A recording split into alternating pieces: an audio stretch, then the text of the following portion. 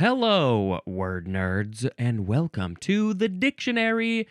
I am your host, Spencer, and this is episode F196. We're almost at F200. Let's get into the words. The first word in this episode is four in hand, 3 words with hyphens, noun from 1793. Number 1A, a vehicle drawn by a team of 4 horses driven by one person. So the horses are driven by one person, and the vehicle is driven by the horses. So it's a very weird route of the person driving the carriage, the person driving the horses. 4 in hand. So the one driver has 4 reins, one rein going to each of the 4 horses. So it's like they've got 4 horses in their hand, holding on to the horses. I've got 4 in hand. Number 1B, such a team of 4 horses. So the 4 horses of the apocalypse? No, we're not talking about those 4, although that would be kind of funny. All 4 horses of the apocalypse driving a carriage, pulling a carriage, all being controlled by one person, one thing, one being. I don't even know who that would be. Number 2, a necktie tied in a slip knot with long ends overlapping vertically in front. And of course, I must look up a picture of this 4-in-hand necktie. 4-in-hand necktie. I'm getting better at typing without looking. It's a simple and popular necktie knot known for its casual and classic look. It's easy to tie and suits various occasions, from social events to semi-formal gatherings. This looks like the normal way, the typical standard way to tie a tie. That's what it looks like to me. There are some very fancy ways to tie ties, and I have not tried those yet, but I am very tempted to try those fancy knots. This one does not seem like a fancy knot. It's the 4 in hand. Why is it 4 in hand? Do you have four ends? There's only 2 ends on a tie. I don't get it. All right. Oh, sound effect time. What was it? Oh, it's going to just be ding dong, I guess. Okay, now we have 4-letter, 2 words with a hyphen, adjective from 1897, of, relating to, or being 4-letter words, which are ding dong, 4-letter word. This is 3 words, and there's a hyphen still in between 4 and letter. Noun, also from 1897, any of a group of vulgar or obscene words, typically made up of 4 letters. Broadly, a taboo word or topic. Ooh, a topic can be a 4-letter word. The example is tax is a 4-letter word to him, which is extra silly because the word tax is only 3 letters. So he does not like talking about taxes. He doesn't want to do his taxes. He wants nothing to do with taxes at all ever again. So it's a 4-letter topic to him. It's very, very taboo, which is also not a 4-letter word. But of course, we are often talking about, well, shit and fuck. Those are 4-letter words.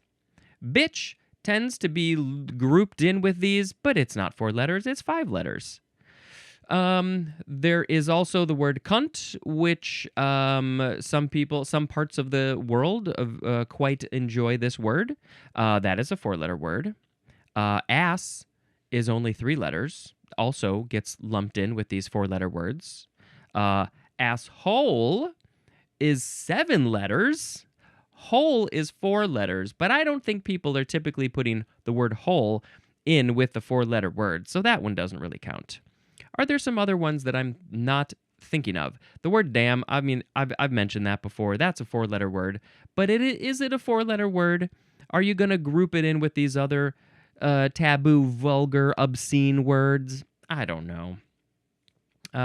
If you have some good 4-letter words that you would like to tell me about, you can email me, you can send a voicemail. All of that information is in the show notes, and, I guess I might technically have to call this episode explicit because I've said some bad words. But yeah, we just like to call them four-letter words, which makes no sense because only like half of them, if that, are 4 letters. Ooh, a 4-letter word.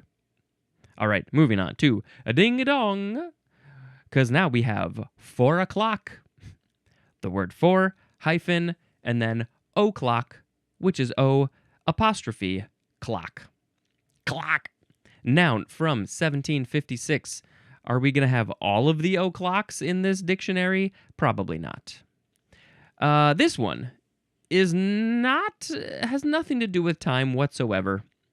It's any of a genus of chiefly American annual or perennial herbs having epetalous flowers with a showy involucra simulating a calyx, but especially a garden plant with fragrant yellow, red, or white flowers opening late in the afternoon. And ha ha ha, that is why it is called 4 o'clock, which is late in the afternoon. Okay, let's see. The genus name is Mirabilis. The family name is, whoa, what is this word? Nyctaganaceae. That is the 4 o'clock family. All of the herbs, the annual and perennial herbs that open late in the afternoon, they're part of that family, which I'm not going to say again. Any other Oh yes, this garden plant that opens, the species name is Mirabilis jalapa, or jalapa, or jalapa. I'm not sure how to say that word. Okay, fantastic. Let's look up a picture of a 4 o'clock. 4 o'clock. All right. 4 oh, there it was. 4 o'clock flowers. Here we go. Let's look at it.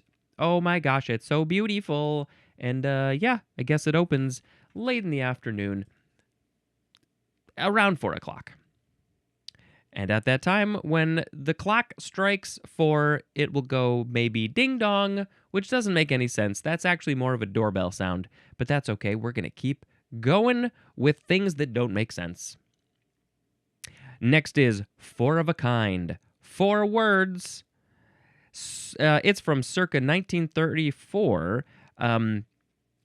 It doesn't say if it's a noun, but I think it can be called a noun. It is 4 cards of the same rank in one hand. And you should also go see the poker illustration, because that's where you'll get to see all of this loveliness. It's going to be a long, long time until we get to the poker illustration. So let's just give a quick little look at what that poker illustration looks like. Maybe I can tell you what cards are shown in this 4 of a kind illustration, poker illustration thing. We are almost there. Okay, so we have all of the poker hands here, and the 4 of a kind is showing all aces. 4 aces of the 4 different suits, the diamonds, the hearts, the clubs, the spades. It could have been any one of them, but for some reason they decided to show aces. That's aces. Woo, woo, woo. Okay, yep, 4 of the same rank. It's a 4 of a kind. It's, I think that's one of the higher level, mid to high level poker hands. Ding dong! Now we have 411. It is the numerals 411. You could also say 411. That was what the band was going to be called, and then they said, no, 311 sounds better. This is a noun from 1985. It is slang. We don't have enough slang words in this dictionary. This is relevant information. The 411 is relevant information. It's not irrelevant. It is important to what we want to know about. The synonym is skinny. As in, the example, fiber optic 411 fed 24/7 in satellite real time. And that is a quote from Jeff McGregor, and I feel like they could have come up with a better example. Nothing against what Jeff McGregor said. I'm sure that was very accurate and perfect in that context. But in this context, I feel like it could have been a different one. Fiber optic 411 fed 24/7 in satellite real time. So the relevant information coming in from the fiber optic cables got fed out to the satellites in real time 24/7, 365. Okay. I tend to think of this as more like, what are people talking about? Give me the 411. Give me the skinny. Give me the information that I really want to know. Give me some hot goss. That's what we want. We want the hot goss. What are those people up to? Why aren't they talking to each other anymore? Ooh, who were they seen in public having a drink with? That's the 411 that we all want to know. All right, this is from the telephone number 411 used to reach directory assistance. Information. Isn't that the number for information? Maybe relevant information? I guess is it different in different places? I'm trying to find the right keys on the keyboard. What's the number for 411? It's not 911. Don't dial 911. Don't dial 411 when you have an emergency. If you have an emergency in America, dial 911. In other countries, it's 999.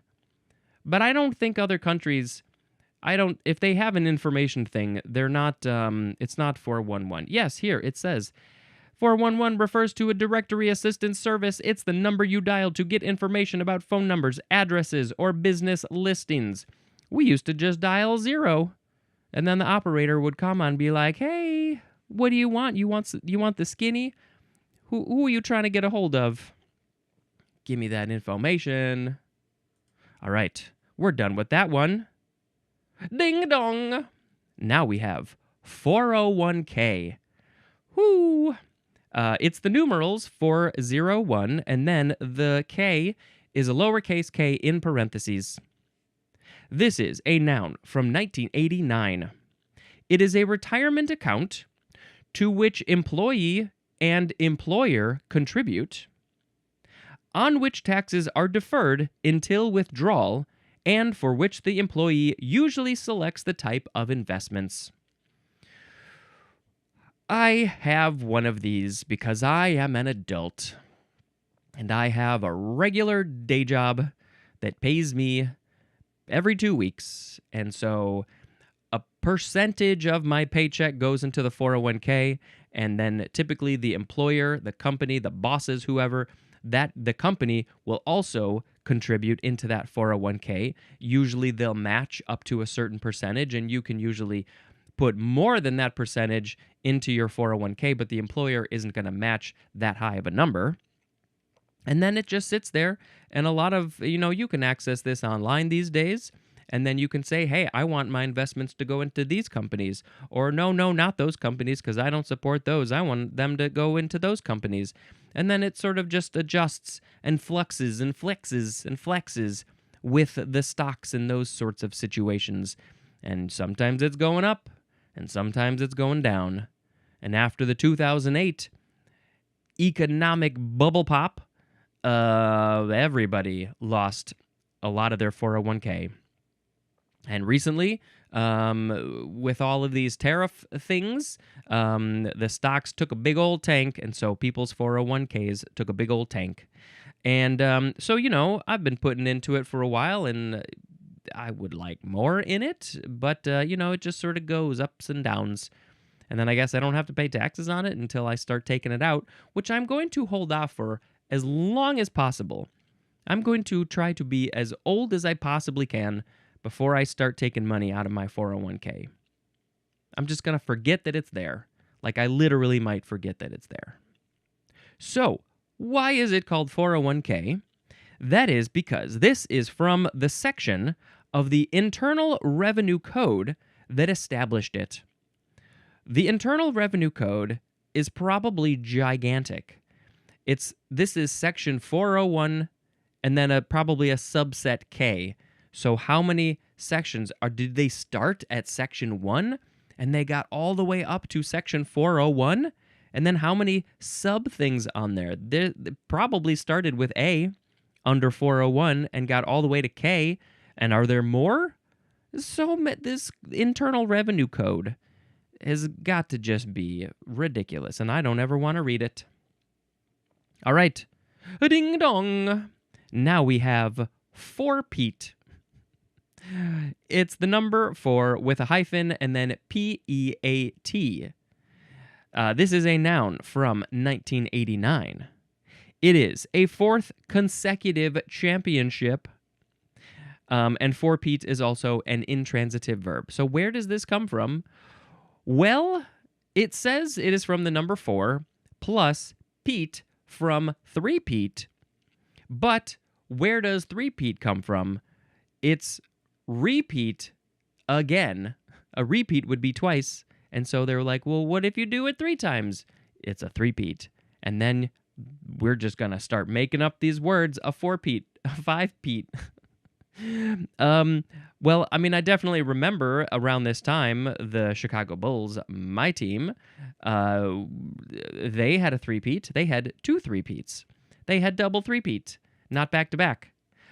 But who had the 4-peat at that time? Do we need to look that up? Why in 1989 did we start using 4-peat? I thought 3-peat started with the Bulls, but I don't think it was in 1989. 4-peat, and then let's type in 1989. Let's see. The term 4-peat began to be used referring to winning something 4 times in a row.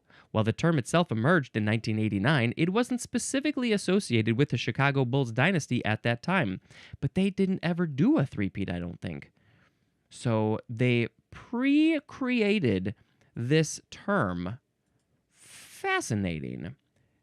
I'm sure some team has done a 4-peat, but I don't know who. Ding dong. Next is fourplex, one word, noun from 1952. It is a building that contains 4 separate apartments. A fourplex. Well, this probably comes from duplex. Because, well, I don't know plex, though. Why plex? I guess we'll wait till the P's.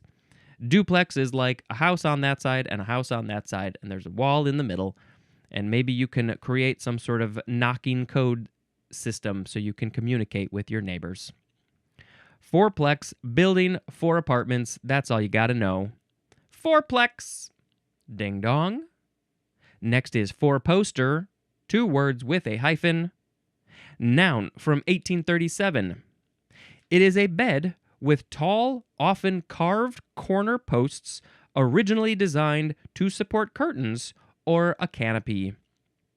Back in the day, before 1837, and maybe after 1837, people had fancy curtains, fancy canopies. You know, I think of A Christmas Carol.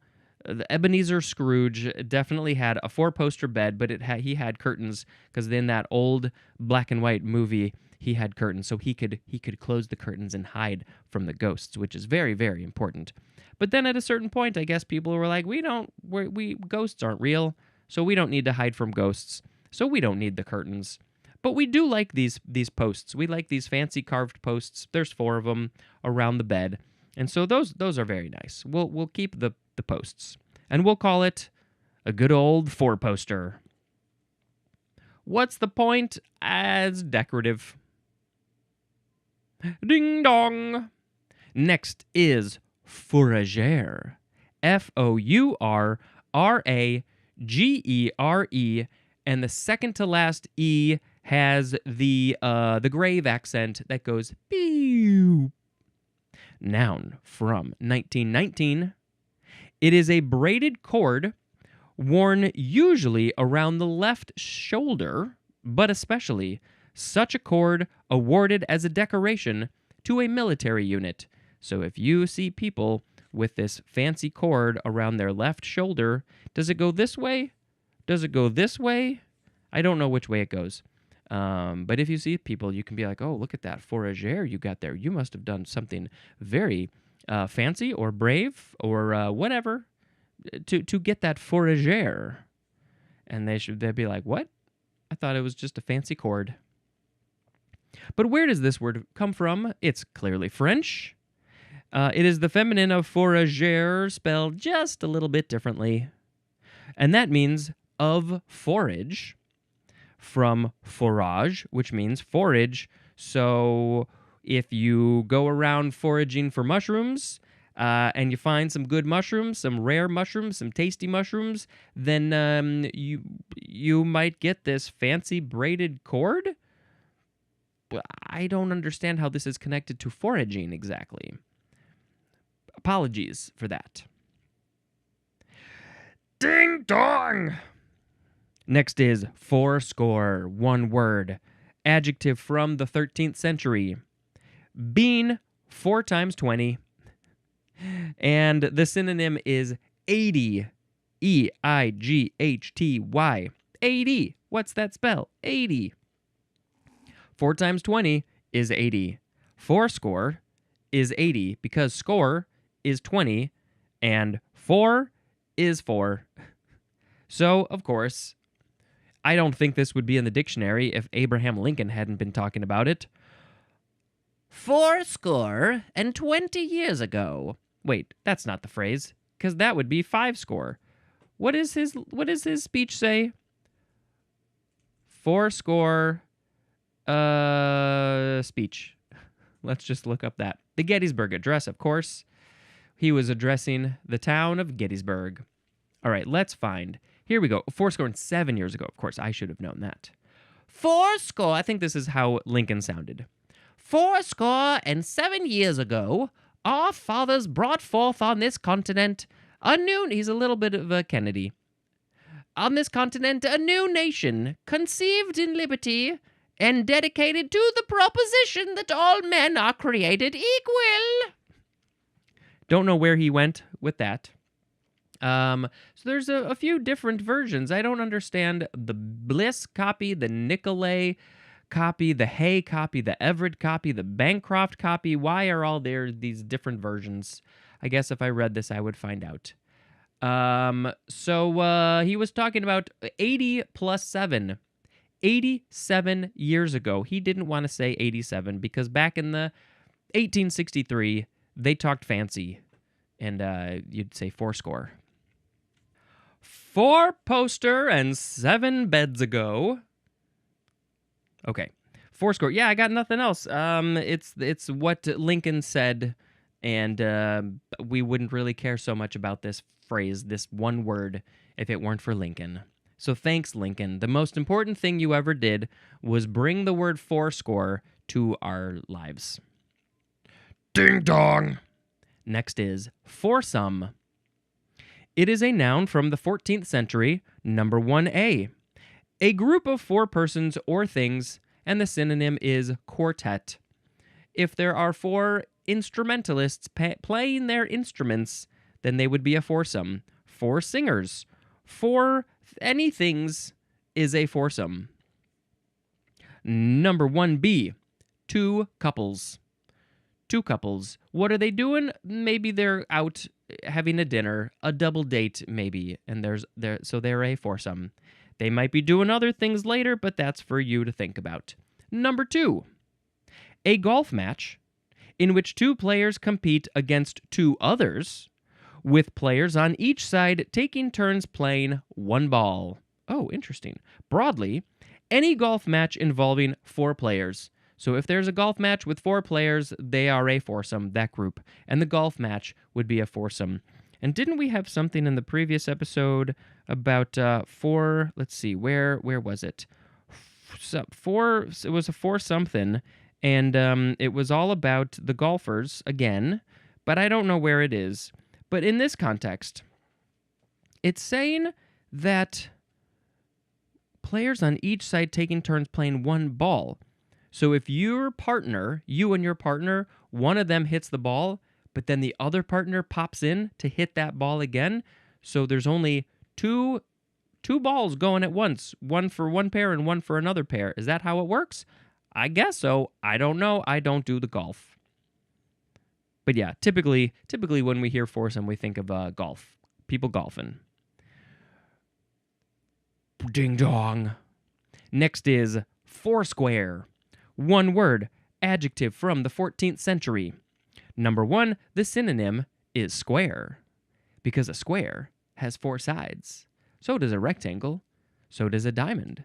So do other shapes. But when you're using 4 square, you're talking about a square. Number 2, marked by boldness and conviction, the synonym is forthright, as in a 4-square hero. Da da da da, 4-square hero because I'm so forthright and I have boldness and conviction. 4-square. Why are we using 4-square for this context? Boldness and conviction? I don't know. Is it because they're a square? What's the 4? Why? 4-square is also an adverb. What they did not have in here, which makes me very sad, is the game 4-square. When I was a child, elementary school and junior high, we would play 4-square, usually during recess.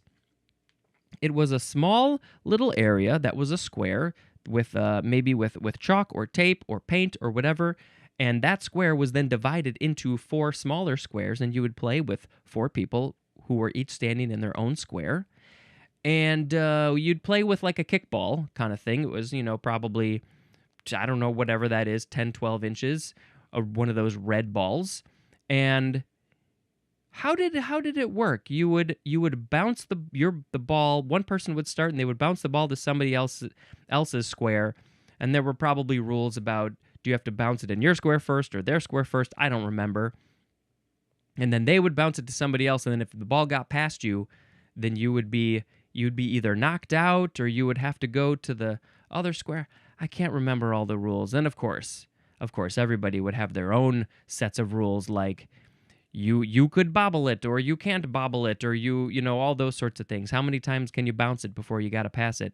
So many rules. But I remember once in junior high, somebody bounced the ball at me, and I went to run and get it, and I didn't get it, and that ball kept on rolling. That ball was rolling and rolling and rolling, and I was chasing it, and it was that kind of chase where you're like leaning forward, and I was like, I had to keep on running just not to fall, just to not lose my balance, and it just got worse and worse and worse, and I think my body was just leaning, and my legs were going, run, just to keep up, and then I think finally I just biffed it. I just went down in front of everybody, and that ball was gone. That ball was a goner. 4-square, good times. Ding dong. Next we have, let's see. Oh, it's our last word. It's 4-star.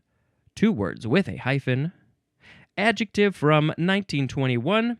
It is of a superior degree of excellence, as in a 4-star French restaurant. But what I don't appreciate is all of these different types of things around the world that use star rating systems, and there's no consistency. Is it on a 3-star scale, a 4-star scale, a 5-star scale, a 10-star scale? Usually they're 4 or 5, but a 4-star French restaurant is great. That's the highest level, but are hotels going by 4 stars, or are they going by 5 stars? Podcast ratings are on 5 stars.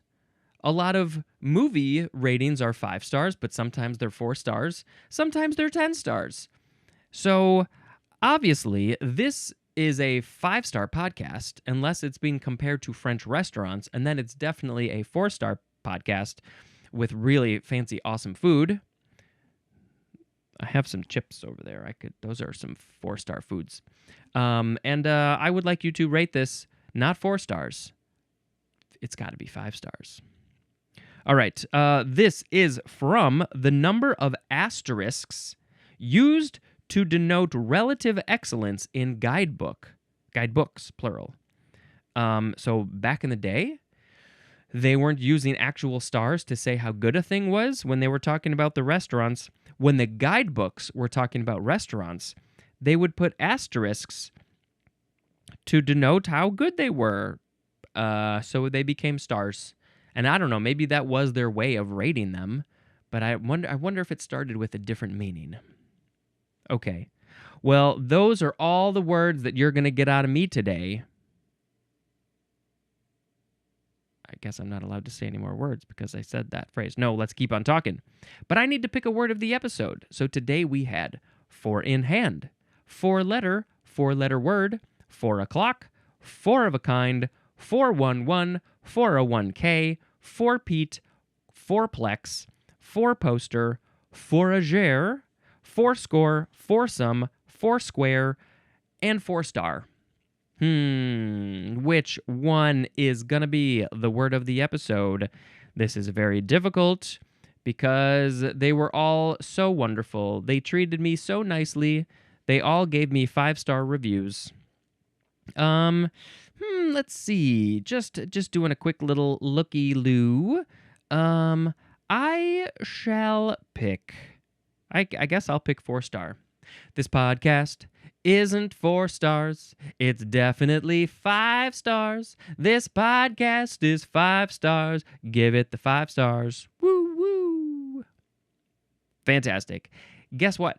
I forgot to tell you about a movie in the last episode, and I felt so sorry. I cried myself to sleep afterwards.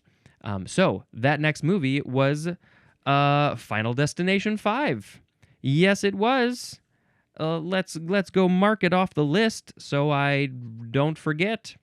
And I quite enjoyed this. I believe that the previous movie, The Final Destination, didn't do so great. I don't think it really got a lot of 4-star reviews out of 5. Maybe it got some 4-star reviews out of 10. And they said, we are going to really need to step up this next one. And they did a good job with that. It's hard to pick if I like number 2 or 5 better. Number 2 was funnier. Number 5 was actually pretty serious. Not so much comedy. And I do like the comedy, so I would probably pick 2, but I got to watch them again, which I may never do. I don't know. But yeah, I think they did a good job with this one. It starts with a bridge, and yeah, I don't remember all the details at the moment, but it's worth a watch. If you like the Final Destination concept, this is definitely one of the better ones, I believe. I still haven't seen the 6th one. When I do, you'll hear about it. All right, this is the end of the episode. Thank you. I appreciate you so much for listening to this on audio, the Spotify, the Apple, or watching the videos where you get to see me and my shirts and my faces and other things. And go ahead and share it and subscribe and do all of those things. This has been Spencer, dispensing information. Goodbye.